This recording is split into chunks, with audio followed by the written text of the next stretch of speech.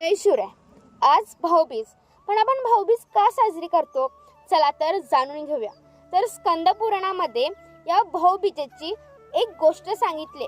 ती अशी की यम आणि यमुना हे दोघे जण भाऊ बहीण असतात. एक मृत्यूचा देवता तर एक जीवन देणारी पवित्र नदी.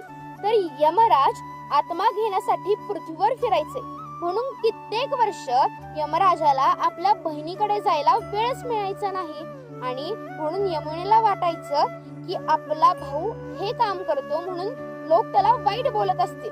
पण आपला भाऊ हे काम करून थकत असेल, त्यालाही वाटत असेल की कोणीतरी विचारावं, बोलावं.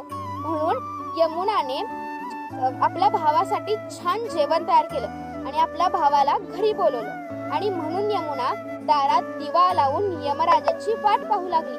त्या दिवशी उशिरा का होईना यम यमुनाच्या घरी गेला. यमुनाने यमाचा उत्तम पाहुणचार केला आणि हे सगळं पाहून यमाच्या डोळ्यात पाणी आलं.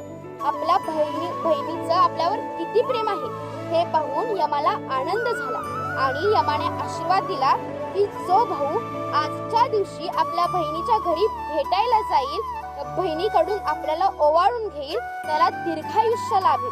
आणि तेव्हापासून संपूर्ण पृथ्वी तलावर भाऊबीज साजरी होऊ लागली. आणि हा छत्रपती शिवाजी महाराजांची शिकवण आहे की ही भाऊबीज फक्त सणापुरती मर्यादित न ठेवता प्रत्येकाने आपल्या रोजच्या आचरणात ती आणावी. आणि हीच स्वराज्याची खरी ओळख आहे. तुम्हा सर्वांना भाऊबीजेच्या भगव्या आणि शिवमय शुभेच्छा. धन्यवाद. जय जिजाऊ, जय शिवराय, जय शंभूराज.